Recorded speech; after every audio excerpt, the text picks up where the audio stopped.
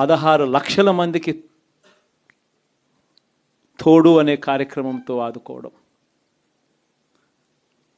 3,38,000 మందికి చేదోడు, 1,10,000 మందికి పైగా మత్స్యకార భరోసా. ఎక్కడ ఎవ్వరికి కూడా క్రమం తప్పకుండా కోవిడ్ సమస్యలున్న సాకులు చూపలేదు. మంచి చేశాం. ఎప్పుడు చూడని విధంగా,